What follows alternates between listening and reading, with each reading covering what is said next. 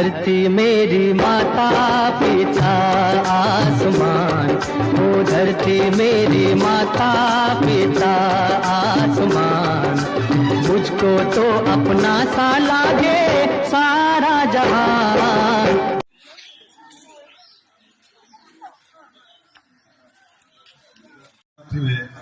से अनेक वृक्ष रोपण करी जंगल सृष्टि करी परिवेश जो अवदान से विषय आप निजे नगले देखिले न देखिले जापर ना।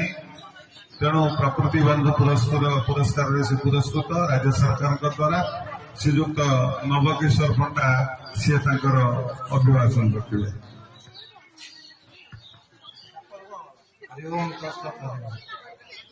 समस्त माँ भौणी मान पिला छोट छोट पिला सबुज अभिनंदन सबुज प्रणाम।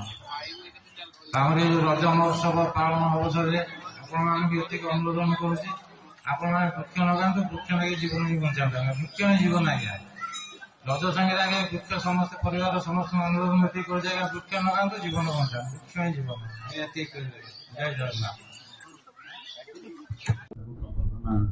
मानपत्र संबोधित करेंगे दीपक आचार्य।